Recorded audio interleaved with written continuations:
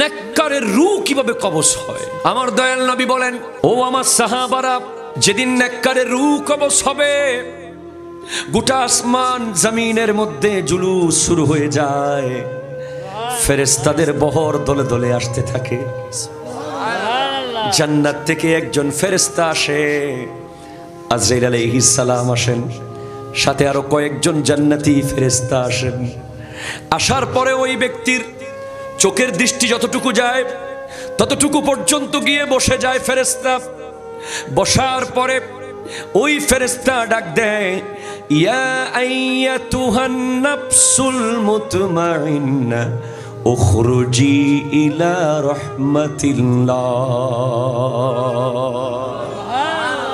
ওহে পবিত্র আত্মা, বের হয়ে যাও, বের হয়ে যাও। সুবহানাল্লাহ বলেন। হে পবিত্র আত্মা, বের হয়ে যাও, আল্লাহর সন্তুষ্টির জন্য বের হয়ে যাও, আল্লাহর সান্নিধ্যে যাওয়ার জন্য বের হয়ে যাও। ওই রূহ বের হয় কিভাবে জানেননি? যেন কলসি থেকে পানি বের হয়। সুবহানাল্লাহ।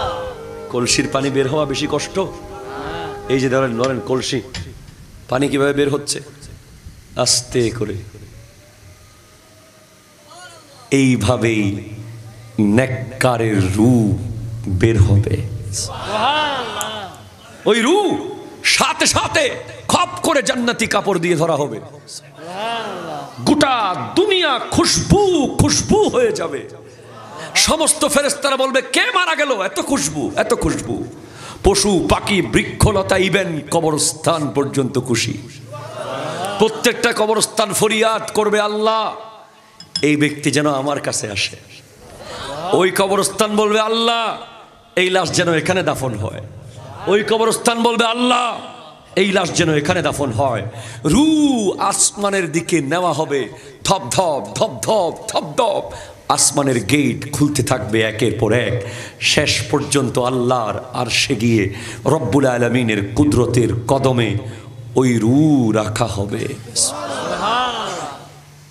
আল্লাহ খুশি হয়ে যাবেন, আমার জন্য জীবনে কোনো দিন এক জর্রা হারাম খায়নি, আমার সন্তুষ্টির জন্য জীবনে কোনোদিন দু চোখ দিয়ে কোনো বেহায়া দৃশ্য দেখেনি, আমার সন্তুষ্টির জন্য জীবনে কোনোদিন বেগানার সাথে সম্পর্ক করেনি, আমার সন্তুষ্টির লক্ষ্যে জীবনে কোনোদিন মিথ্যা বলেনি, জীবনে কোনোদিন আমানতের খেয়ানত করেনি, জীবনে কোনোদিন ওয়াদার খেলাপ করেনি, জীবনে কোনোদিন 5 ওয়াক্ত নামাজ বাদ দেয়নি, ফজরের আজানের সাথে সাথে বন্যার পানি, ভূমিকম্প, জলোচ্ছ্বাস, তুফান, কাদা, সাপ, বিচ্ছু কিছুই তাকে আটকাতে পারেনি। সে মসজিদে চলে এসেছিল। দেখো আজ আমার সেই বান্দা, যাও তার কবরে গিয়ে তার রূহ তার দেহে রেখে দাও। যাওয়ার সাথে সাথে রূহ রাখা হবে।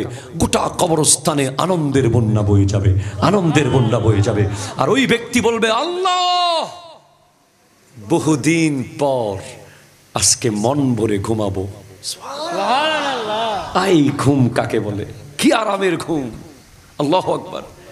বহুদিন মন ভরে ঘুমাতে পারে নাই, ঘুমিয়েছে, জোহর জোহর জোহর জোহর জোহর জোহর ঠাস করে উঠে যায়, উঠে যায়, উঠে যায়। ঘুমিয়েছে রাত্রে, ঘুমিয়েছে রাত 1টায় উঠে গেছে, হাই ফজরে আজান দিয়ে দিল কিনা, আবার ঘুমিয়েছে। 2টায় উঠে গেছে, আজান হয়ে গেছে কিনা, আবার ঘুমিয়েছে। 3টায় থান পেয়ে গেছে, ঘুম পেয়ে গেছে, আজান হয়ে গেল কিনা, ফজর ফজর চলে যাবে, নানা ফজর চলে যাবে, নানা ফজর চলে যাবে। ছটপট ছটপট করেছে, ঘুম হয়নি মনের মতো, ঘুম যেতে পারেনি ভালো মতো। তাহাজ্জুদে উঠে গেছে, তাহাজ্জুদে উঠে গেছে। রমজান মাস ছিল, সারা রাত নফল ইবাদত করেছে। সারা বছর বৃহস্পতিবার, শুক্রবার, শুক্রবার শনিবার রোজা রেখেছে, সোমবার রোজা রেখেছে। ওখানে গিয়েছে, বন্ধু 1 কোটি টাকা কামাচ্ছে 2 নাম্বারই করে, বলে না না না না, আমার ছেলে উপোস থাকুক, আমি হারাম টাকা নেব না। এদিকে গেছে, বন্ধু সুদের টাকা কামাচ্ছে, না না না না না, আমার আল্লাহ আমাকে কবরে ধরবে, না না না না। এদিকে গিয়েছে, গিয়েছে গিয়েছে গিয়েছে গোটা দুনিয়া তার জন্য ছিল কারাগার, এক কঠিন কারাগারে সে ছিল। যেদিকে যায় কোরআন সুন্নাহর বাধা দেখলেই ফেরত আসে। বন্ধু মোটরসাইকেল নিয়ে দৌড় দিয়েছে মেলায়, আমার কোরআন শরীফের আরেক পারা বাকি আছে, আমি একটু মসজিদে যাই, ওই পারাটা শেষ করে ফেলি। চারে বোকা, আইফোন 16 নিয়ে এসে গেছে বেটা। সে বলছে দোস্ত তুই আইফোনের একটার পর একটা সিরিজ চেঞ্জ করছিস, আর আমি ফজর জোহর আসর মাগরিব এশা শেষ করে ইনশাআল্লাহ আমি তাহাজ্জুদের মিশন শেষ করব। বন্ধু বলছে আমিও তাহাজ্জুদ পড়ব। সে বলছে আমি কালকে থেকে রোজা রাখবো।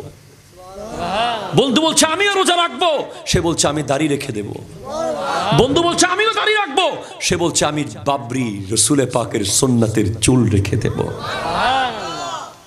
এইভাবেই সে জীবন কাটিয়েছে। যাওয়ার কালে সে হয়তো অনেক বড় কোটিপতি ছিল না, অনেক বড় ব্যবসায়ী ছিল না, অনেক বড় ক্ষমতাবান ছিল না, কিন্তু কি ছিল? জানাজা বলে দিচ্ছে, জানাজা বলে দিচ্ছে। জানাজায় আসা প্রত্যেকটা মানুষ বলছে আহ, পাথরঘাটা মসজিদে প্রতিদিন প্রথম কাতারে তাকে দেখতাম। আহ, মসজিদ সাফ করার সময় মুয়াজ্জিন হুজুরের সাথে তাকে দেখতাম। সব সময় মিলাদ মিলাদ করত, সব সময় জুলুস জুলুস করত, সব সময় গরিব দুঃখীদের পাশে থাকতো, সব সময় তার হাতে তসবিহ দেখেছি, কোনোদিন সিগারেট তার হাতে দেখিনি। সব সময় মুরব্বীদেরকে আগে সালাম দিতে দেখেছি। এত কিছু করেছিস তুই, ও আমার বান্দা, এত কিছু করেছিস। হ্যাঁ ফেরেশতা, তোমরা তো বলেছিলে, বানাতে মানা করেছিলে তাদেরকে, তোমরা বলেছিলে এই মানুষগুলো বানায়েন না, এরা দুনিয়াতে গিয়ে রক্তপাত করবে, অন্যায় করবে। দেখো আজ আমার বান্দা গোটা দুনিয়া যার জন্য দোয়া করছে। নেককার কবরে আসার সাথে সাথে বিশাল প্রশস্ত কবর, জান্নাতের বাতাস আসা শুরু করে দেবে। আল্লাহ পাক ওয়াকাযালিকা জাওয়াজনাহুম বিহুরিন ইন, তাদের সাথে আল্লাহ বড় বড় চোখওয়ালা হুরদের সাথে পুরুষ হলে বিয়ে করিয়ে দেবে। এরপর বলবে নাম কানুমাতিল আরুস, ঘুমিয়ে যাও নতুন দুলার মতো। বাই বাই বাইতের যে ঘুম, আপনি ভাবেন একবার, একটা বেগানা মেয়ের সাথে আপনি 1 মিনিট থাকেন, আপনার ছটপট ছটপট ছটপট করবে মন। কি করছি কি করছি, আরে গুনাহ হচ্ছে গুনাহ হচ্ছে, কে দেখছে কে দেখছে। কিন্তু আপনি কালিমা পড়ে যখন শাদী করেছেন, গোটা পরিবার চাচ্ছে আপনার বিবির সাথে একা থাকুন। পরিবেশ সবাই করে দিচ্ছে, বাইরে সবাই পাহারা দিচ্ছে, সবাই খুশি হচ্ছে। আজ নতুন দম্পতি বাসর ঘরে মিলিত হয়েছে, আর কবরও হবে মুমিনের কবর। এই বাসত্ব মাত্র একদিনের। এই একদিনের বাসরের জন্য কেউ মাস্টার্স পাশ করেছে, কেউ বড় বড় চাকরি নিয়েছে, কেউ কত কিছু করেছে। একদিন বিয়ে হবে, একটা হালাল বাসর হবে। আর মুমিনের জন্য 10,000 বছর বাসর, 1 লাখ বছর বাসর, প্রতিদিন বাসর রাত কবরের ভিতরে হবে। সেজন্য যুবক, কি নিবা তোমার ব্যাপার, কোন অপশন চয়েস করবা তুমি বুঝো। তোমাকে ভেঙে ভেঙে বুঝিয়ে দিয়েছি। এবার বৎকার, আয় হাই মুনাফিক, হাই রে মিথ্যুক, হাই রে জালেম, হাই রে বেঈমান, হাই রে মলউন, হাই রে মরদুদ। জাহান্নামের ফেরেশতা আসবে কালো কসকসে কাপড় নিয়ে। মনে হবে পৃথিবীর সব কালো তার ঘরের দিকে আসতেছে। মনে হবে পৃথিবীর সব সাগর তার গায়ের দিকে আসতেছে। মনে হবে পৃথিবীর সব পাহাড় তার উপর উঠে যাচ্ছে। সব কাঁটা তার দিকে আসতেছে। সমস্ত সাপ বিচ্ছু জন্তু তাকে দৌড়াচ্ছে। High high high. ইমাম গাজালির আমলে এক ব্যক্তি দেখতেছে একটা বাঘ তাকে দৌড়াচ্ছে, প্রচন্ড জোরে দৌড়াচ্ছে। সে দৌড়তেছে আর দৌড়তেছে, দৌড়তে দৌড়তে সে একটা কূপের ভিতরে পড়ে গেছে। দেখে কূপের নিচে সবগুলো সাপ। কূপের ঠিক মাঝখানে একটা গাছের ঢাল বা একটা রশি সে ধরে ফেলেছে। উপরে বাঘ দাঁড়িয়ে আছে। নিচে সাপ বসে আছে, উপরে গেলে বাঘ খাবে, নিচে গেলে সাপ খাবে, মাঝখানে রশি, রশির পাশে একটা মৌমাছির মধুর বাসা। সে হঠাৎ মৌমাছির মধু দেখে উপরে বাঘের কথাও ভুলে গেছে, নিচে সাপের কথাও ভুলে গেছে, সে মধু খেতে ব্যস্ত হয়ে গেছে। এদিকে দুইটা ইঁদুর, একটা কালো একটা সাদা, দুইটা ইঁদুর এসে রশি কাটা শুরু করেছে। রশি কাটতে কাটতে কাটতে কাটতে হঠাৎ থপ করে নিচে পড়বে, তার ঘুম ভেঙে গেছে, আল্লাহু আকবার বলে সে জেগে গেছে। সেই ইমাম গাজালির কাছে গেছে, হুজুর আমি এটা কি দেখলাম? বলে বাঘটা ছিল আজরাইল আলাইহিস সালাম, সাপ ছিল তোমার কবর, আর রশি ছিল তোমার হায়াত। সাদা ইঁদুর ছিল দিন, কালো ইঁদুর ছিল রাত, আর ওই মৌমাছির ছোট্ট মধুর বাসাটা ছিল দুনিয়া। তুমি দুনিয়ার লোভে পড়ে উপরে আজরাইলকেও ভুলে গেছো, নিচে কবরের সাপের কথা ভুলে গেছো। তোমার দিন আর রাত মিলে তোমার হায়াত কেটে ফেলতেছে। হঠাৎ তুমি পড়ে যেতে তোমার স্বপ্ন এটাই দেখানো হয়েছে। পরের দিন থেকে মন পরিবর্তন হয়েছে, সে জিন্দেগি শুরু করেছে অন্যরকম করে। ভাইজান, বৎকারের রু কবজ হবে যেন প্লাস প্লাস দিয়ে হাতের ফেলা হচ্ছে, টেনে টেনে যেন টেনে খুলে ফেলা হচ্ছে, টেনে ছিঁড়ে ফেলা হচ্ছে। শরীরের প্রত্যেকটা জয়েন্টে জয়েন্টে ফেরেশতা ঢুকে যাবে, প্রত্যেকটা রগে রগে রু বের করে আনবে। এমন ভাবে রু বের হবে, ওই যে বলেছিলাম নেককারের রু যেন কলসি থেকে পানি বের হয়, আর বৎকারের রু বের হবে যেন ভেজা তুলার ভিতর থেকে লোহার প্যারাক। ভেজা তুলা, অনেকগুলো ভেজা তুলা, ভিতরে আপনি একটা প্যারাক ঢুকাই দিলে ওই প্যারাকটা যত টানবেন তত তুলা লেগে থাকবে, যত টানবেন তত তুলা লেগে থাকবে। কোনো মতেই আপনি ওই প্যারাক থেকে তুলাকে আলাদা করতে পারবেন না। কাঁটাযুক্ত প্যারাক, চারিদিকে কাঁটা, একটা লোহার কাঁটা, ওটা ভিজা তুলার ভিতর থেকে টানে টানে যেভাবে বের করা হয়, তুলাগুলোকে আলাদা আলাদা করা হয় টেনে টেনে। নেককারের রু সেভাবে, বৎকারের রু সেভাবে বের করা হবে। জীবন্ত পশুর টেনে খুলে ফেললে যেই কষ্ট হবে, মিথ্যুকের রু সেভাবে কবজ হবে, বেঈমানের রু সেভাবে কবজ হবে, মুনাফিকের রু সেভাবে কবজ হবে, আমানতের খেয়ানতকারীর রু সেভাবে কবজ হবে, ওয়াদার খেলাপকারীর রু সেভাবে কবজ হবে। এত দুর্গন্ধ হবে, এত দুর্গন্ধ। ওই রু কবজ হওয়ার সাথে সাথে গোটা পৃথিবী গন্ধ গন্ধ হয়ে যাবে। সবাই বলবে এই কোন জালেম মারা গেল। কুকুর পর্যন্ত ঘৃণা করবে, পশু পাখি বৃক্ষলতা তাকে ঘৃণা করতে থাকবে। জাহান্নাম সে দেখতে পাবে তার কবরে। সে চিৎকার করে করে বলবে নিও না আমাকে, আমাকে ওই কবরে নিও না। পরিবার শুনবে না, বুঝবে না, সেটা মানুষজন সেটা বুঝবে না, কিন্তু গাছপালা বুঝবে। দেখবেন বৎকার মারা গেলে কুকুরের ডাক বেড়ে যাবে, কুকুররা দেখবে তার কবরে ধাও ধাও করে জ্বলছে। ভাই, কবরটাতে যাওয়ার আগেই ৯৯টা সাপ এসে বসে থাকবে। ৯৯ বাদ দেন, একটা সাপ, একটা ছোট্ট কবরে যদি একটা সাপ সাথে রাত্রে থাকে প্রতিদিন, কেমনে থাকবেন ভাই? কেমনে থাকবো বলেন? কেমনে জীবন কাটাবো ওই কবরে? একটা সাপ যদি সাথে থাকে, একটা সাপ। আপনার ঘরের বেডরুমে যদি সাপ ঢুকে যায়, অন্তত এই মাথা থেকে ওই মাথা দৌড়াদৌড়ি করতে পারবেন সাপের সাথে। বেডরুম অন্তত কিছু হইলে বড় আছে। এই কবর তো এদিকেও ফিরতে পারবেন না, এদিকেও ফিরতে পারবেন না। সাপ মুখ দিয়ে ঢুকবে, পেট দিয়ে বের হবে, পেট দিয়ে ঢুকবে, নাক দিয়ে বের হবে। কি করছি ভাই, কি করছি? বিশ্বাস করেন, এই কবর অনেক ভয়ানক। কবর চিৎকার করে বলবে তুই কি জানতি না, তুই কি জানতি না আমি নামের ঘর? তুই তুই কি জানতি না আমি সাপের ঘর? তুই কি জানতি না তোকে এখানে আসতে হবে? এরপরেও কেন তুই ভয় পাসনি? কেন তুই পাল্টে যাসনি? কেন তুই পরিবর্তন হসনি? এইভাবেই বৎকার ওই কবরের ভিতরে তাদেরকে রাখা হবে। তার রূহ আসমানে যাবে না, আসমানের প্রত্যেকটা গেট বন্ধ থাকবে।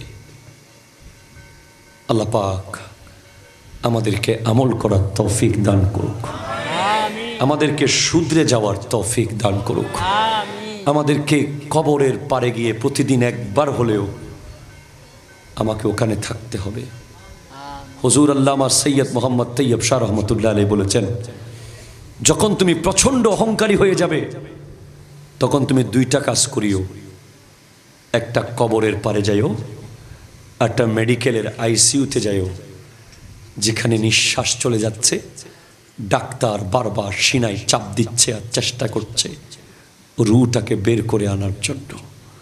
তখন তুমি বুঝে নিও তোমার অহংকার কালকে আর দেখানোর সুযোগ থাকবে না। হয়তো মেডিকেলের আইসিইউতে যাবা অথবা কবরস্থানের পারে যাবা।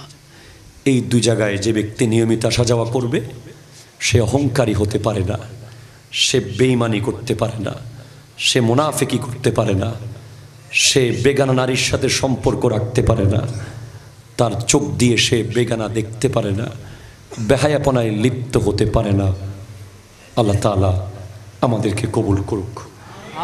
হযরতে মৌলা আলী কাররামাল্লাহু তাআলা ওয়াজহুল কারীম, যিনি ইলমের শহরের দরজা, কোরআন সুন্নাহর জ্ঞান শেখার জন্য ঘর থেকে বের হয়, জান্নাত তাদেরকে খোঁজার জন্য বের হয়।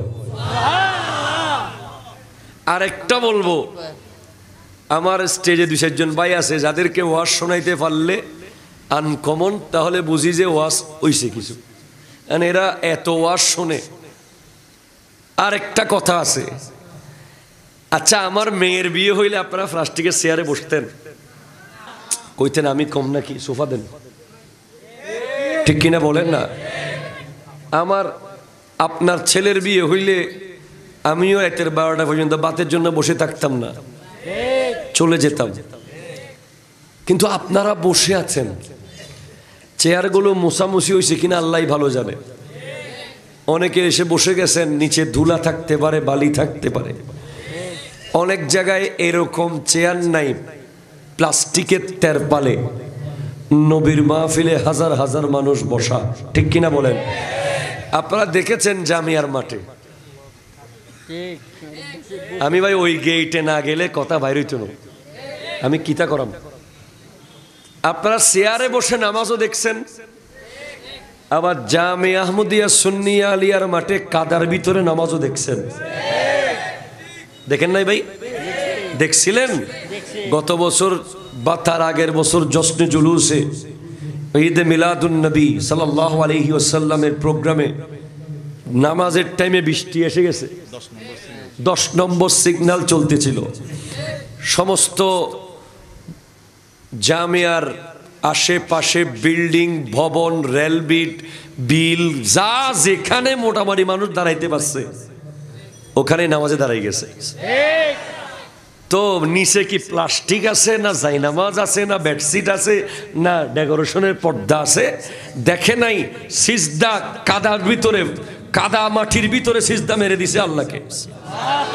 তো আমি খুঁজতেছি ভাই, আমার তখন থেকে আমার মাথার টেনশন, কিরে এত দামি দামি কাপড় পরে আসলো, স্মার্ট স্মার্ট ড্রেস, ঈদ উপলক্ষে, মিলাদুন নবী উপলক্ষে নতুন জামা সেলাই করছে, সব নিয়ে যে মাঠের ভিতর কাদার ভিতর বসে গেল, কি পাবে এরা? পরে আমি হাদিস পেলাম একটা, আমার নবীজি ইরশাদ করছেন, লা ইয়াজতামিউ গুবারুন ফি সাবিলিল্লাহি ওয়া দুখানু জাহান্নাম। আল্লাহর রাস্তায় কোনো কিছু করতে গিয়ে তোমার গায়ে যদি ধুলা বালি লাগাইতে পারো, ওই ধুলা বালির সাথে আর কখনো জাহান্নামের আগুন লাগবে না। আপনি ক্রিকেট খেলার মাঠে ধুলাবালি লাগাইলে লাভ নাই, ফুটবল খেলতে গিয়ে গোটা গায়ে কাদা লাগাইলে লাভ নাই। কিন্তু আপনি যদি নামাজ পড়তে গিয়ে, মাহফিলে বসতে গিয়ে, মসজিদ সাফ করতে গিয়ে, মাদ্রাসা সাফ করতে গিয়ে, খানকার খেদমত, তরিকতের খেদমত, মোটামুটি আল্লাহর জন্য কোনো কিছু করতে গিয়ে যদি গায়ে ধুলা লাগাইতে পারেন, ওই ধুলা আল্লাহ রিজার্ভ ফান্ডে রেখে দেবেন। কাল হাসরের মাঠে যেখানে যেখানে ধুলা লাগছে ওখানে ওখানে আর জাহান্নামের আগুন লাগবে না। ভাই, হাত একটা কি কেটে জান্নাতে নিয়ে যাওয়া যাবে? নিবে না আল্লাহ গেলেও। হাত যদি জান্নাতে যায়, বডিও জান্নাতে। চোখ যদি জান্নাতে যায়, বডিও জান্নাতে। সুতরাং এখানে বসতে লাভ আছে? আছে ভাই, আছে।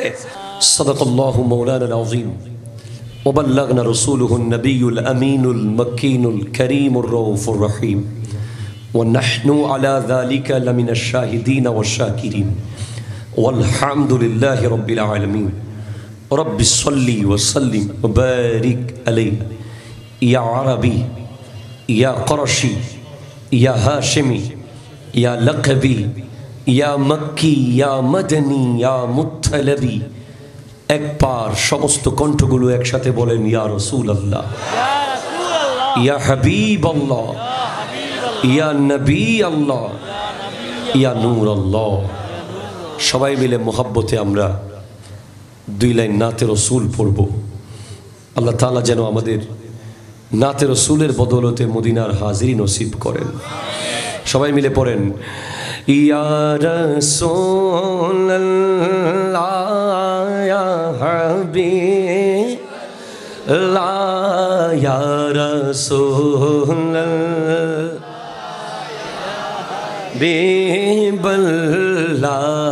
ইয়া রাসূলুল্লাহ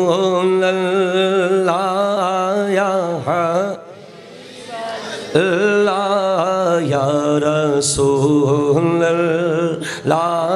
ইয়া হাবিবাল্লাহ। मेरी उल्फत मदीने से यूं ही नहीं, मेरी उल्फत मदीने से यूं ही नहीं, मेरे आका का रोज़ा मदीने में है या रसूलल्लाह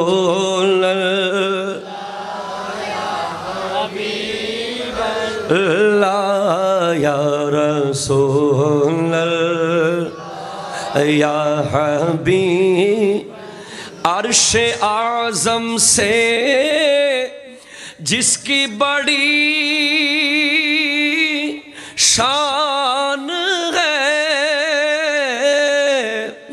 रोज़ाए मुस्तफ़ा जिसकी पहचान है, रोज़ाए मुस्तफ़ा जिसकी पहचान है, जिसका हम पल्ला कोई महल्ला नहीं, जिसका हम पल्ला कोई महल्ला नहीं, एक ऐसा महल्ला मदीने में है या रसूलल्लाह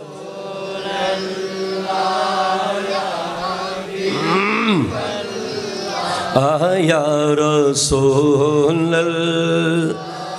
या हबीबल्लाह।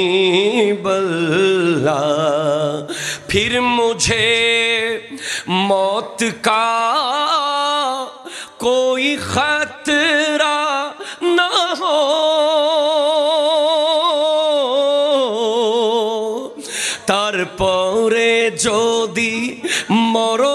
সে কোনো চিন্তা নাই, মরণ কি এই দুনিয়াদারির কোনো পরোয়া নাই।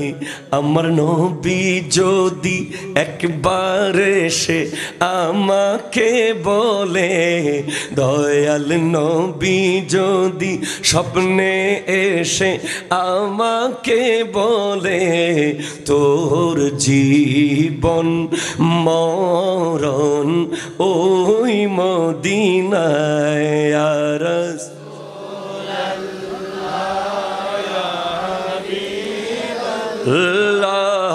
ইয়া রাসূলুল্লাহ ইয়া হাবিবাল্লাহ।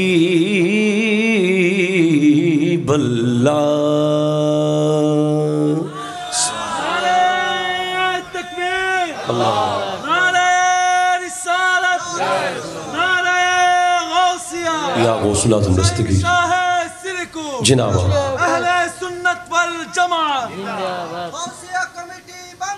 जिनाबाद मरहबा। ঐতিহ্যবাহী পাথরঘাটা ব্রিকফিল্ড বাই লেন এলাকাবাসীর উদ্যোগে পবিত্র ঈদ মিলাদুন নবী, সকলে বলুন সাল্লাল্লাহু আলাইহি ওয়াসাল্লাম ও ফাতিহায়ে ইয়াজদহ উদযাপন উপলক্ষে আয়োজিত আজকের এই 14তম আজিম শান মিলাদ মাহফিলের সম্মানিত উদ্বোধক আন-নূর জামে মসজিদ পাথরঘাটা চট্টগ্রামের সম্মানিত খতিব বুড়িশ্বর জিয়াউল উলুম কামিল মাদ্রাসার সুযোগ্য আরবি মুদাররিস, আমার একেবারে ক্লাস 7 থেকে কামিল পর্যন্ত একসাথে পড়ালেখা আমার বন্ধু, রিয়েল ফ্রেন্ড, আসলেই বন্ধুত্ব আল্লাহর জন্য,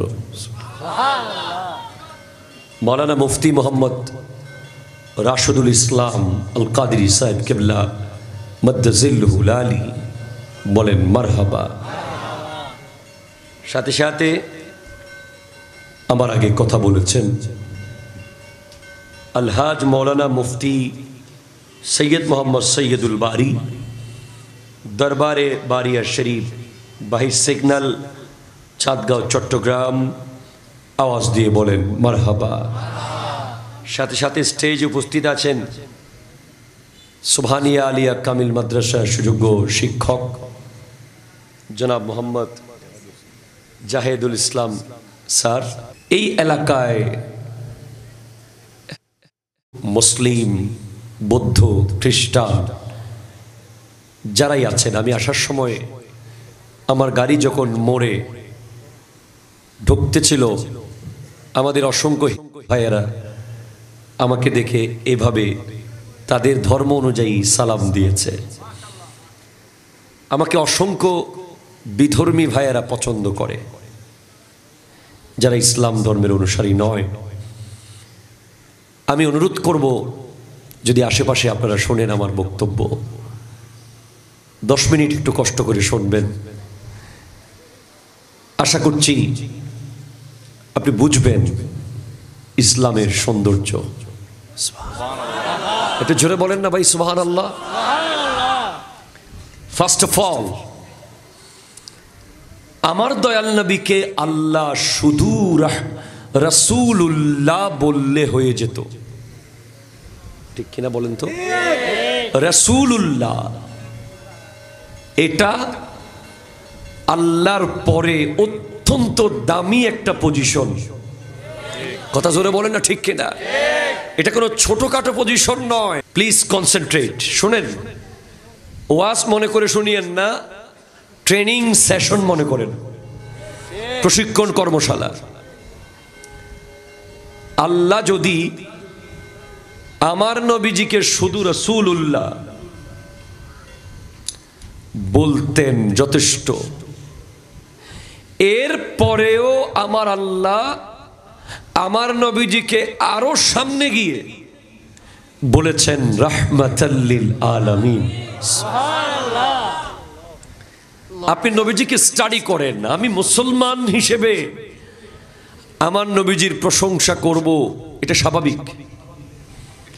কিন্তু আমার কাছে বিশ্বের 173 জন বিধর্মী মনীষীর লেখনী জমা আছে, যেখানে মহাত্মা গান্ধী, জওহরলাল নেহেরু সহ PK. Hitti, Michael H Hart, George Bernard Shaw, Lamartine, এইভাবে বিশ্বের বহু বিধর্মী মনীষীরা, অন্য ধর্মের মনীষীরা আমার নবীর প্রশংসা করেছেন এবং বলেছেন আমার নবী এই জগতের সর্বশ্রেষ্ঠ ব্যক্তিত্ব। হ্যাঁ, কেন ভাই? এনারা এমনে এমনে বলেন নাই। First of all, you have to know the economical reformation of Prophet sallallahu alaihi wasallam. There is 4 part in the economical reformation of Prophet sallallahu alaihi wasallam. First one, zakat. Second, jizya. Third, kharaj. Fourth, al-fay. আমার নবীর অর্থনৈতিক সংস্কারের 4টা part. একটা হলো জাকাত, আরটা হলো জিজিয়া, আরটা হলো আলফাই, আর একটা হলো খারাজ। জিজিয়া, যেটা জিজিয়া, ওটা কেমন ছিল? ভিন্ন ধর্মের মানুষকে মুসলমানরা নিরাপত্তা দিয়েছে 1 বছর। মারহাবা, জোরে বলেন না। নিরাপত্তামূলক সামরিক কর 1 বছর মুসলমানরা ভিন্ন ধর্মের মানুষকে জানমাল হেফাজত করেছে। বিনিময়ে 1 বছর পাহারা দেওয়ার বিনিময়ে আমার নবীজি বিনিময় ধারণ করেছিলেন মাত্র 1 দিরহাম। 1 টাকার দারোয়ান পৃথিবীতে আছে ভাই? আছে? আছে? নাই। মুসলমানদের কাছে যে কোনো ধর্মের মানুষ এসে নিরাপদে ছিল আমার নবীজির আমলে। যাদের টোটাল জানমালের যাতে কোনো আঘাত না আসে সে দায়িত্ব মুসলমানদেরকে আমার নবী দিয়েছিলেন। এবং 1 বছর দেখাশোনা করার পর তারা ইসলামের বাইতুল মালে বা ইসলামী স্টেটকে, আমার নবীকে মাত্র 1 দিরহাম তারা আদায় করত। এর ভিতরেও কেউ যদি এসে নবীজিকে বলতো, ইয়া রাসূলুল্লাহ, আমি 1 মিনিটের জন্য অনিরাপদ ছিলাম, আমার নবী ওই 1 টাকা আবার ফেরত দিয়ে দিতেন। আপনি শুনেন আমার কথা, কষ্ট হলেও শুনেন। ইসলাম শুধু লা ইলাহা ইল্লাল্লাহ মুহাম্মাদুর রাসূলুল্লাহ সাল্লাল্লাহু আলাইহি ওয়াসাল্লামের ভিতরেই ঈমানকে সীমাবদ্ধ রাখেনি। বলেছে আল ঈমানু বিদউন ওয়া সাবউনা শুবাতান। ঈমানের 70টা শাখা আছে। সুবহানাল্লাহ। কয়টা শাখা বলেন না? 70টা শাখা।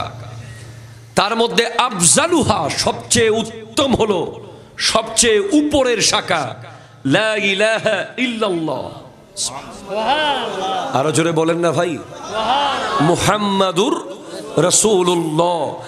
আর সর্বনিম্ন শাখা হলো, এটাও ঈমানের শাখা, সেটা হলো ইমাতাতুল আযা আনিত তারিক। রাস্তা থেকে কষ্টদায়ক বস্তু সরিয়ে ফেলা। ভাইজান, আপনাদের বিবেকের কাছে প্রশ্ন, পাথর ঘাটার যে রাস্তা, আজকের এই যে ব্রিকফিল্ড বাই লেনের যেই রাস্তা, এই রাস্তা দিয়ে কি শুধু মুসলমান হাঁটে? জি বলেন, বলেন। শুধু মুসলমান হাঁটে? ভাইয়েরা হাঁটে, বৌদ্ধ ভাইয়েরা হাঁটে, খ্রিস্টান ভাইয়েরা হাঁটে। তার মানে এই রাস্তায় কোনো কাটা, কোনো কষ্টদায়ক বস্তু থাকতে পারবে না, একজন মুসলমানের চোখের সামনে থাকতে পারবে না। যদি থাকে তার ঈমান পরিপূর্ণ হয়নি, যদি সরিয়ে দেয় তাহলে তার ঈমান পরিপূর্ণ হয়েছে। তার মানে যে ইসলাম একজন ভিন্ন ধর্মের মানুষকে রাস্তায় কাটা ফুটতে দেয় না, সেই ইসলামের কাছে সব ধর্ম নিরাপদ। ঠিক কিনা? হাত তুলে বলেন। সুতরাং ইসলাম হলো শান্তির ধর্ম, ইসলাম হলো মানবতার ধর্ম, ইসলাম হলো সাম্যের ধর্ম, ইসলাম হলো মায়া, মমতা, সহানুভূতির ধর্ম। মুসলমান যদি, ইসলাম যদি সেদিন চাইতো, ভারতে খাজা মঈনুদ্দিন চিশতি রহমতুল্লাহ আলাইহি যদি চাইতেন, শাহাবুদ্দিন মোহাম্মদ গুরি যদি চাইতেন, আলাও হজরতে সম্রাট শাহজাহান, সম্রাট আকবর, বাবর, যারা যারা ছিল সুলতানি আমলে, মোগল আমলে, তারা যদি চাইতো, একজন মানুষও ভারতে থাকতে পারত না। কিন্তু ইসলাম কোনোদিন সেটা চাইতে পারে না। ইসলামের কোরআন মেসেজ দিচ্ছে, ইয়া আইয়ুহান নাসু ইন্না খালাকনাকুম মিন যাকারিন ওয়া উনসা ওয়া জাআলনাকুম শুউবান ওয়া কাবাইলা লিতাআরাফু। হে পৃথিবীর মানুষেরা, তোমাদেরকে আল্লাহ বানিয়েছে এক বাবা আর এক মা থেকে। বাবা হলো আদম, মা হলেন হাওয়া। সুবহানাল্লাহ, জোরে জোরে বলেন না। ওয়াজআলনাকুম শুউবান ওয়া কাবাইলা। আপনারা জানেন গনিম আল মুফতা, ওই কাতারের সেই যুবক যার শরীরের নিচের অংশ নাই, যে গত ফুটবল বিশ্বকাপের সময় যাকে দিয়ে কাতার উদ্বোধনী অনুষ্ঠানে কোরআনের আয়াত পড়িয়েছিল। কেন সারা বিশ্ব কাতারের বিরোধিতা করা শুরু করেছিল? কাতারে কেন বিশ্বকাপ হবে? কাতারের শায়েখরা, কাতারের আমিররা মজুরির টাকা ঠিক মতো দেয় না বলে অপবাদ দিয়েছে। আমেরিকা, ইউরোপ, বিশ্বের বিভিন্ন কান্ট্রি যখন মুসলিম দেশ কাতারের বিরুদ্ধে কথা বলছে, কাতার বলছে আমি দিয়ে জবাব দেব না, আমি কামান দিয়ে জবাব দেব না, আমি গোলা বারুদ দিয়ে জবাব দেব না, আমি অর্থদণ্ড দিয়ে জবাব দেব না, আমরা কোন ধরনের বয়কট করে জবাব দেব না। আসো সবাই কাতারের স্টেডিয়ামে এসে বসো, আমরা বুঝাবো ইসলাম কি আর কোরআন কি। আরো জোরে বলেন না। এত দামি দামি শায়েখ, লম্বা লম্বা স্মার্ট স্মার্ট কাতারের আমিরের সন্তানরা থাকার পরেও কাতার সিদ্ধান্ত নিয়েছে স্টেডিয়ামে লক্ষ লক্ষ মানুষের সামনে যেই ব্যক্তি প্রথম উদ্বোধনী ঘোষণা দেবে, তার শরীরের অর্ধেক অঙ্গ নাই, তার শরীর আছে শুধুমাত্র নাভি থেকে উপরে, তার নাম গনিম আল মুফতা। সে স্টেডিয়ামের ঠিক মাঝখানে গিয়েছে, যাওয়ার পর কোরআনুল করিমের সূরা হুজরাতের সেই আয়াত তিলাওয়াত করা শুরু করে দিয়েছে, বিসমিল্লাহির রহমানির রহিম। যেই মাত্র বিসমিল্লাহির রহমানির রহিম বলা হলো, মনে হচ্ছে গোটা স্টেডিয়াম থরথর থরথর করে কাঁপছে। সে বলছে, ইয়া আইয়ুহান নাসু ইন্না খালাকনাকুম মিন যাকারিন ওয়া উনসা ওয়া জাআলনাকুম শুউবান ওয়া কাবাইলা লিতাআরাফু ইন্না আকরামাকুম ইনদাল্লাহি আতকাকুম। হে আমেরিকার মানুষ, হে রাশিয়ার মানুষ, ও হে লন্ডনের মানুষ, ও হে কানাডার মানুষ, ও হে ব্রিটেনের মানুষ, ও হে ব্রুনাইয়ের মানুষ, দুবাইয়ের মানুষ, ভারতের মানুষ, পাকিস্তানের মানুষ, যারা আজ কাতারের স্টেডিয়ামে বসে আছো, সবাই শুনে রাখো, আমরা সবাই এক বাবা আরেক মা থেকে হয়েছি। আমাদেরকে আল্লাহ দেশ দেশ ভাগ করেছে, এলাকা এলাকা ভাগ করেছে, জেলা জেলা ভাগ করেছে, থানা থানা ভাগ করেছে, যেন আমরা মিলিত হতে পারি। আমাদের মধ্যে যার পয়সা বেশি সে সেরা নয়, যার ক্ষমতা বেশি সে সেরা নয়, যার চেহারা সুন্দর সে সেরা নয়, যার দাম বেশি সে সেরা নয়, যার অনেক লোকজন সে সেরা নয়, যার বাড়ি দামি সে সেরা নয়, যার চেয়ার দামি সে সেরা নয়। ইন্না আকরামাকুম ইনদাল্লাহি আতকাকুম। আল্লাহর কাছে সবচেয়ে শ্রেষ্ঠ সে যে আল্লাহকে সবচেয়ে বেশি ভয় পায়।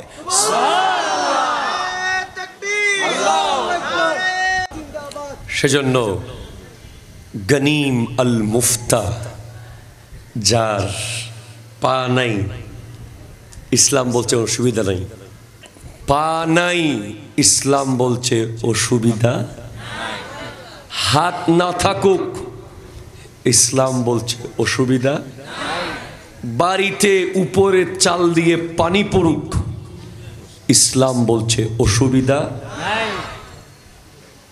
গায়ের কাপড় ছেঁড়া থাকুক, ইসলাম বলছে অসুবিধা, একটা জিনিস ইসলাম বলছে লাগবে, সেটা হলো কলব। এটাই কাল হাসরের মাঠে আপনার সাইনবোর্ড। আপনি কি চৌধুরী না খান না তালুকদার না হাবিলদার না কুন্দার, এটা আল্লাহ দেখবেন না। আল্লাহ দেখবেন এটা। গনিম আল মুফতার শরীরের অর্ধেক না থাকুক, তার কলব তো আছে। ইসলাম এই মেসেজ দিয়েছে। শোনেন এবার কি হয় কলবে। আমি আমার পয়েন্টে চলে যাচ্ছি, রোড পেয়ে গেছি। নবীজি বলছেন ইন্না মিনাল জাসাদে লামুদগাতুন, মানুষের শরীরে একটা গোশতের টুকরা আছে।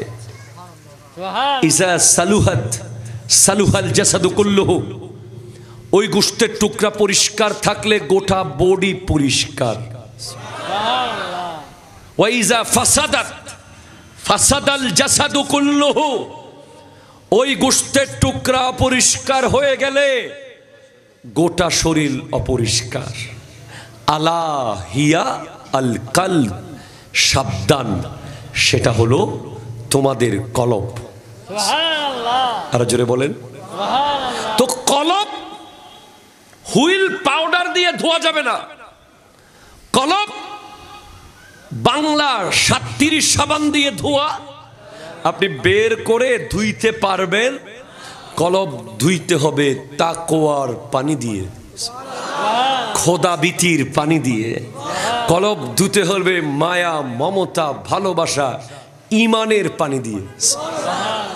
ইমানের পানি দিয়ে কলব ধুবেন।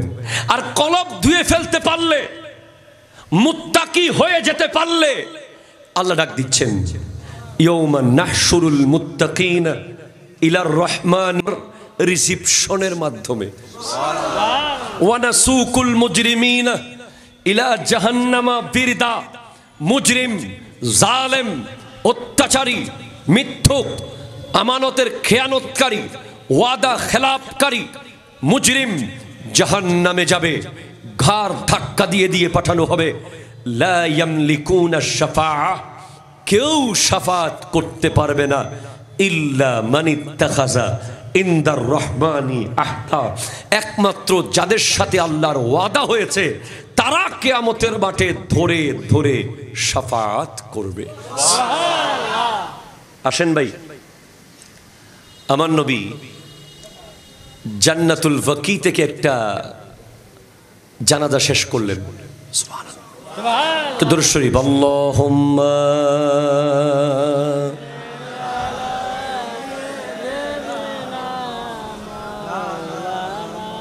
وعلى آل سيدنا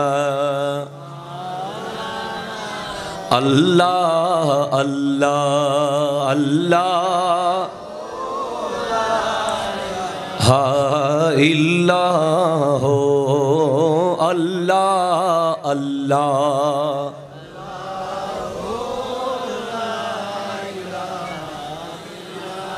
বসেন বসেন সবাই বসেন। এখন থেকে একটু সিরিয়াস হন। কেমন রূহ কবজ হবে, কার জান কিভাবে কবজ হবে। আমার নবীজি, প্লিজ এরা বসে না কেন, বারবার মাঝখানে মাঝখানে হাঁটে কেন? না তাহলে এখানে চলে আসেন, জায়গা না থাকলে সোজা চলে আসেন, স্টেজে আসি যাবে, এখানে জায়গা আছে পিছনে। বসেন। জান্নাতুল বাকি থেকে আমার নবী জানাজা শেষ করলেন। সাহাবায়ে কেরামকে নিয়ে আমার নবীজি বসেছেন। সাহাবা কেরাম নবীজির সামনে যখন বসতেন, প্লিজ এদিকে তাকান, আমার দিকে, আমার দিকে নজর মেরি তরফ। সাহাবায়ে কেরাম যখন নবীজির সামনে বসতেন,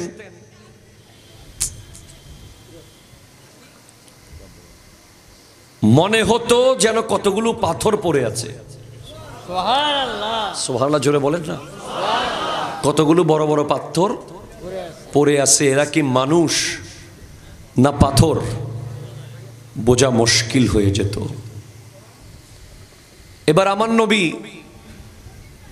সরকার দো আলম সাল্লাল্লাহু আলাইহি ওয়াসাল্লাম নেককার আর বদকারের রূহ কিভাবে কবজ হবে সেটা আমার নবী সাহাবায়ে কেরামকে বলছেন।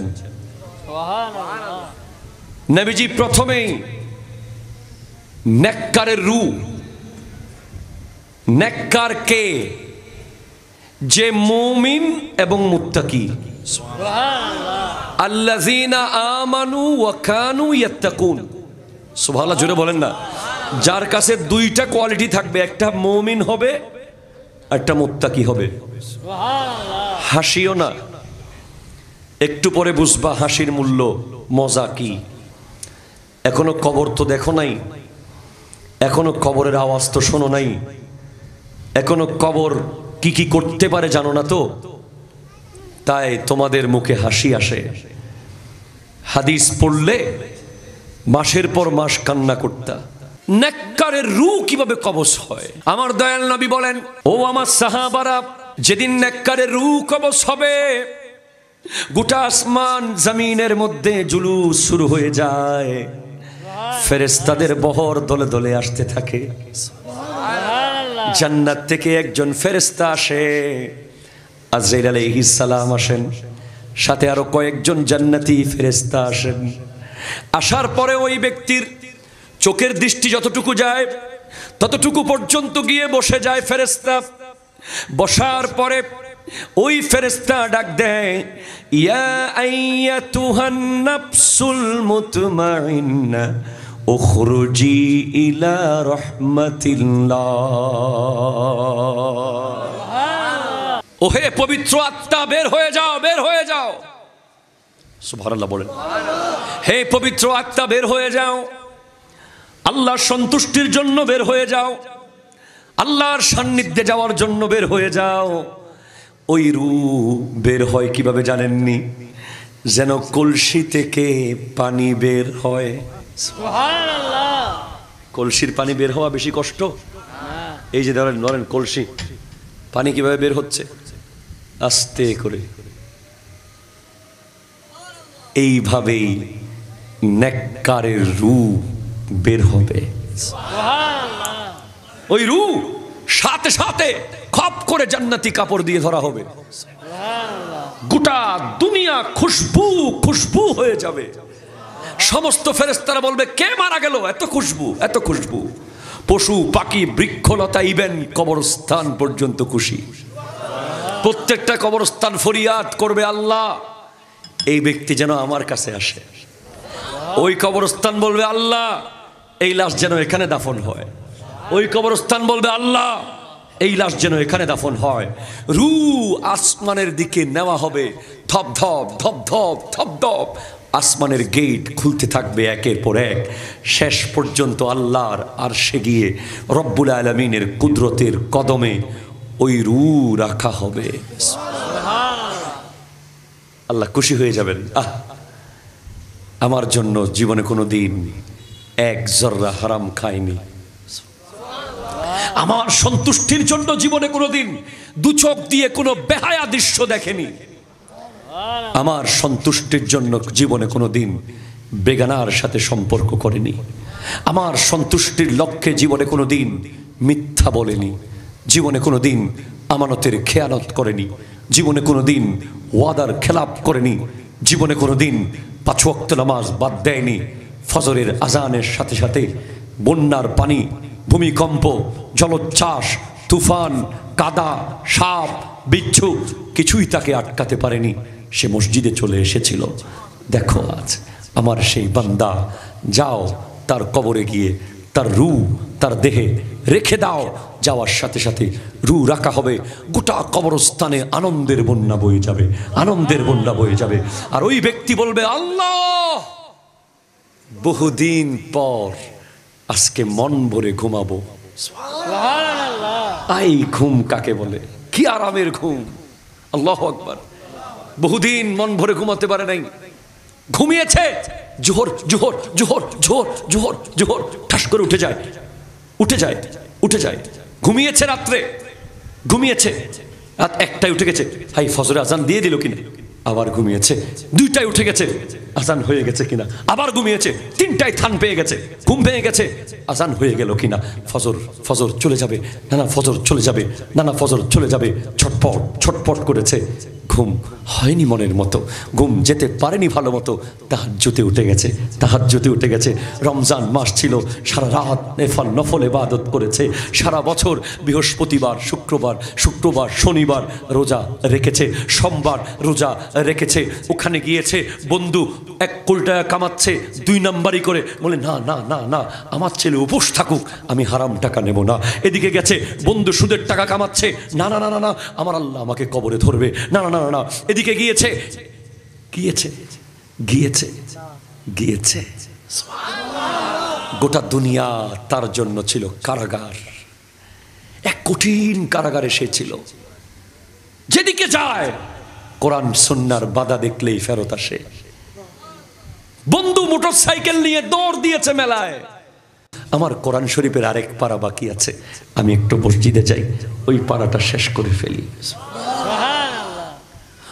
চারে বোকা, আইফোন 16 নিয়ে এসে গেছে বেটা। সে বলছে, দোস্ত তুই আইফোনের একটার পর একটা সিরিজ চেঞ্জ করছিস, আর আমি ফজর জোহর আসর মাগরিব এশা শেষ করে ইনশাআল্লাহ আমি তাহাজ্জুদের মিশন শেষ করব।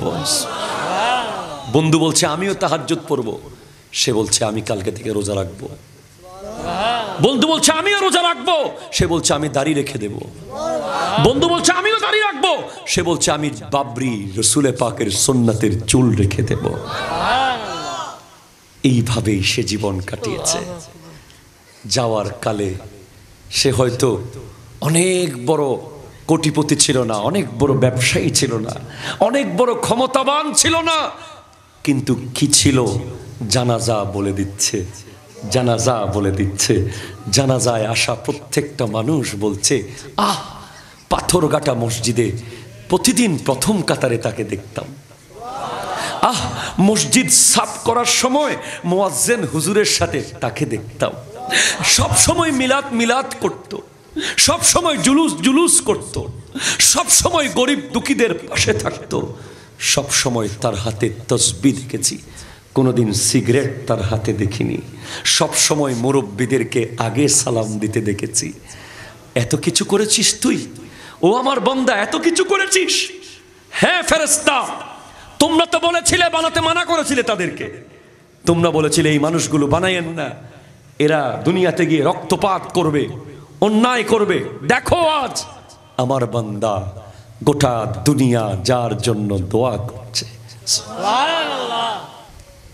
নেককার কবরে আসার সাথে সাথে বিশাল প্রশস্ত কবর, জান্নাতের বাতাস আসা শুরু করে দেবে। আল্লাহ পাক ওয়াকাযালিকা জাওয়াজনাহুম বিহুরিন ইন, তাদের সাথে আল্লাহ বড় বড় চোখওয়ালা হুরদের সাথে পুরুষ হলে বিয়ে করিয়ে দেবে। এরপর বলবে নাম কানুমাতিল আরুস, ঘুমিয়ে যাও নতুন দুলার মতো।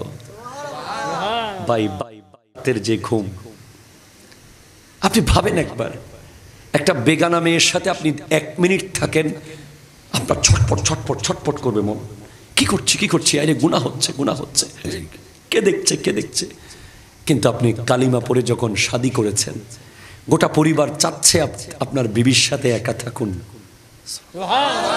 পরিবেশ সবাই করে দিচ্ছে, বাইরে সবাই পাহারা দিচ্ছে, সবাই খুশি হচ্ছে, আজ নতুন দম্পতি বাসর ঘরে মিলিত হয়েছে। আর কবরও হবে মুমিনের কবর। এই বাসত্ব মাত্র একদিনের, এই একদিনের বাসরের জন্য কেউ মাস্টার্স পাশ করেছে, কেউ বড় বড় চাকরি নিয়েছে, কেউ কত কিছু করেছে। একদিন বিয়ে হবে, একটা হালাল বাসর হবে। আর মুমিনের জন্য 10,000 বছর বাসর, 1 লাখ বছর বাসর, প্রতিদিন বাসর রাত কবরের ভিতরে হবে। সেজন্য যুবক, কি নিবা তোমার ব্যাপার, কোন অপশন চয়েস করবা তুমি বুঝো। তোমাকে ভেঙে ভেঙে বুঝিয়ে দিয়েছি। এবার বৎকার, আয় হাই মুনাফিক, হাই রে মিথ্যুক, হাই রে জালেম, হায় রে বেঈমান, হায় রে মলউন, হায় রে মরদুদ। জাহান্নামের ফেরেশতা আসবে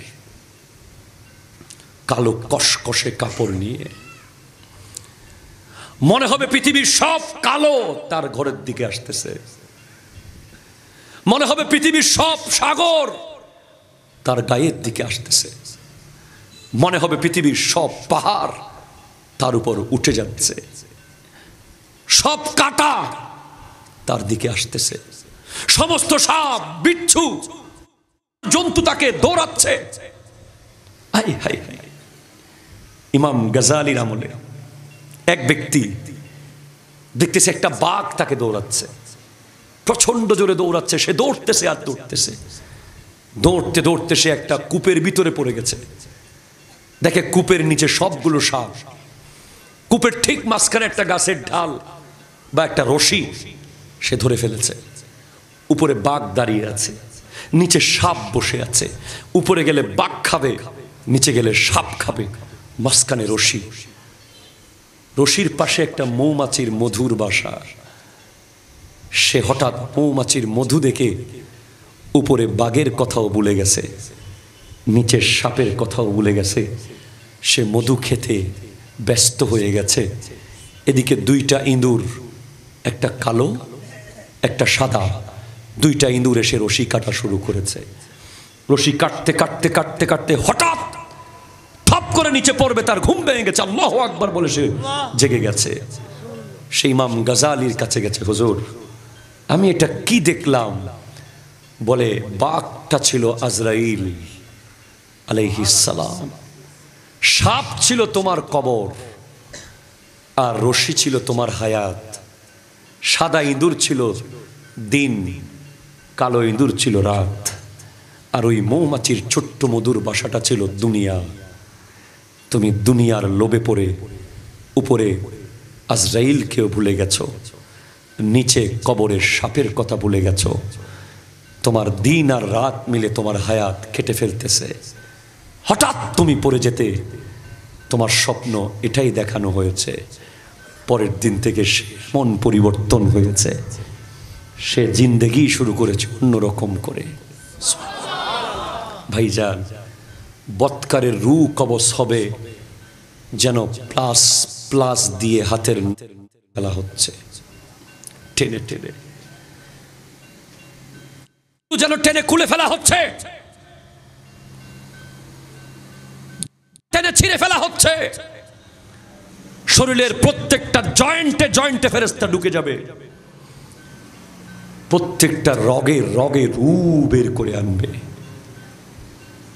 এমন ভাবে রূহ বের হবে, ওই যে বলেছিলাম নেককারের রূহ যেন কলসি থেকে পানি বের হয়, আর বৎকারের রূহ বের হবে যেন ভেজা তুলার ভিতর থেকে লোহার প্যারাক। ভেজা তুলা, অনেকগুলো ভেজা তুলা, ভিতরে আপনি একটা প্যারাক ঢুকাই দিলে ওই প্যারাকটা যত টানবেন তত তুলা লেগে থাকবে, যত টানবেন তত তুলা লেগে থাকবে।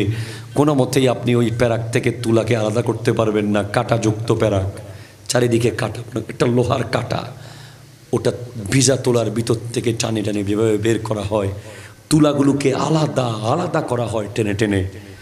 নেককারের রূহ সেভাবে, বৎকারের রূহ সেভাবে বের করা হবে। জীবন্ত পশুর টেনে খুলে ফেললে যেই কষ্ট হবে, মিথ্যুকের রূহ সেভাবে কবজ হবে, বেঈমানের রূহ সেভাবে কবজ হবে, মুনাফিকের রূহ সেভাবে কবজ হবে, আমানতের খেয়ানতকারীর রূহ সেভাবে কবজ হবে, ওয়াদার খেলাপকারীর রূহ সেভাবে কবজ হবে। এত দুর্গন্ধ হবে, এত দুর্গন্ধ। ওই রূহ কবজ হওয়ার সাথে সাথে গোটা পৃথিবী গন্ধ গন্ধ হয়ে যাবে। সবাই বলবে এই কোন জালেম মারা গেল। কুকুর পর্যন্ত ঘৃণা করবে, পশু পাখি বৃক্ষলতা তাকে ঘৃণা করতে থাকবে। জাহান্নাম সে দেখতে পাবে তার কবরে। সে চিৎকার করে করে বলবে, নিও না আমাকে, আমাকে ওই কবরে নিও না।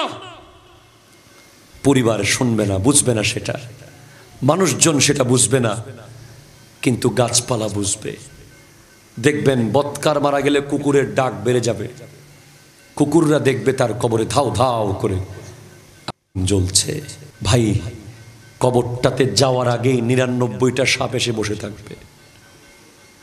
99 বাদ দেন, একটা সাপ, একটা ছোট্ট কবরে যদি একটা সাপ সাথে রাত্রে থাকে প্রতিদিন, কেমনে থাকবেন ভাই? কেমনে থাকবো বলেন?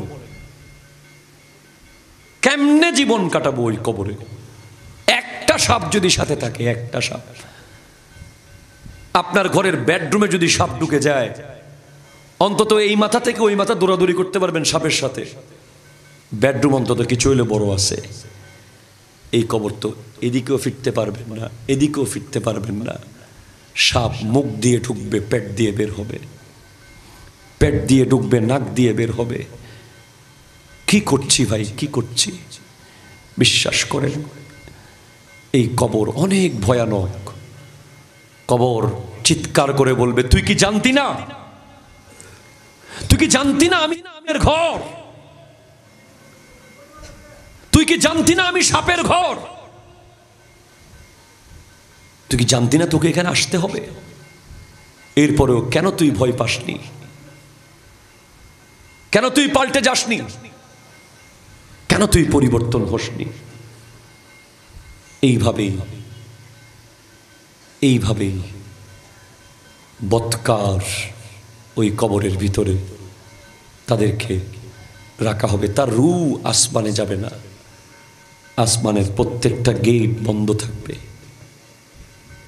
আল্লাহ পাক আমাদেরকে আমল করার তৌফিক দান করুক, আমাদেরকে শুধরে যাওয়ার তৌফিক দান করুক, আমাদেরকে কবরের পারে গিয়ে প্রতিদিন একবার হলেও আমাকে ওখানে থাকতে হবে। হুজুর আল্লামা সৈয়দ মোহাম্মদ তৈয়ব শাহ রহমতুল্লাহ আলাইহি বলেছেন, যখন তুমি প্রচন্ড অহংকারী হয়ে যাবে তখন তুমি দুইটা কাজ করিও। একটা কবরের পারে যাইও, একটা মেডিকেলের আইসিইউতে যাইও, যেখানে নিঃশ্বাস চলে যাচ্ছে, ডাক্তার বারবার সিনায় চাপ দিচ্ছে আর চেষ্টা করছে রুহটাকে বের করে আনার জন্য। তখন তুমি বুঝে নিও তোমার অহংকার কালকে আর দেখানোর সুযোগ থাকবে না। হয়তো মেডিকেলের আইসিইউতে যাবা অথবা কবরস্থানের পারে যাবা। এই দুই জায়গায় যে ব্যক্তি নিয়মিত আসা যাওয়া করবে সে অহংকারী হতে পারে না, সে বেঈমানি করতে পারে না, সে মুনাফিকি করতে পারে না, সে বেগানা নারীর সাথে সম্পর্ক রাখতে পারে না, তার চোখ দিয়ে সে বেগানা দেখতে পারে না, বেহায়াপনায় লিপ্ত হতে পারে না। আল্লাহ তাআলা আমাদেরকে কবুল করুক। আপনারা যে জায়গায় থাকেন এখানে মুসলিম একসাথে আছেন, আমার একটা অনুরোধ থাকবে, যখন ভাইদের কোনো পূজা পার্বণ অনুষ্ঠান থাকবে আপনারা আপনাদের অনুষ্ঠানগুলোকে কমিয়ে তাদের ডিস্টার্ব না হয় মতো ব্যবস্থা করবেন। আর মুসলমান ভাইরা যখন কোনো অনুষ্ঠান করবেন ভাইরা যেন সেটাকে সম্মান করে ওনারা সুযোগ দেন। আমরা একসাথে থাকব, মিলেমিশে থাকব ইনশাআল্লাহ তাআলা। বিশ্বাস করি আমাদের ইসলামের এই সিনা আপনাদের জন্য খোলা আছে। আসুন সুশীতল ছায়াতলে আসুন, আসুন ভালোবাসার ছায়াতলে আসুন। টোটাল এই কবর, হাসর, পুলসিরাতের এই ভয়ঙ্কর বিষয়গুলো থেকে বাঁচতে চাইলে একজন হক্কানি ওলি আল্লাহর দামান ধরতে হবে। হুজুর আল্লামা সৈয়দ মোহাম্মদ সাবের শাহ কিবলা বলেছিলেন, बंगालियों आज नहीं समझोगे इसका जजा क्या है, कल जब आप मैदान महशर में जाएंगे तब समझेंगे इस मजलिस का क्या जजा है। जब बंगालियों का जुलूस निकलेगा मैदान महशर में, हुजूर गौसुल आज़म अब्दुल कादिर जिलानी रहमतुल्लाह अलैह सामने रहेंगे, ख्वाजा चौरबी साथ रहेंगे, ख्वाजा सिरिकुटी साथ रहेंगे, बंगालियों के जुलूस निकलेगा। उस दिन समझोगे क्यों जामिया दिया गया, क्यों तरीकत है, क्यों गौसिया कमेटी, क्यों सिलसिला, क्यों अंजुमन। आज बुझबेन ना, मरार परेर दिन बुझबेन। ওই রাতের 12টা বাজে গাউসিয়া কমিটির মাহফিলে বসে কি লাভ হয়েছিল। বাস আর যাব না, অনেক কথা। ভালোবাসা থাকবে, দোয়া থাকবে। আল্লাহ আমাদেরকে কবরের প্রস্তুতি নেওয়ার তৌফিক দান করুক। ওয়া মা আলাইনা ইল্লা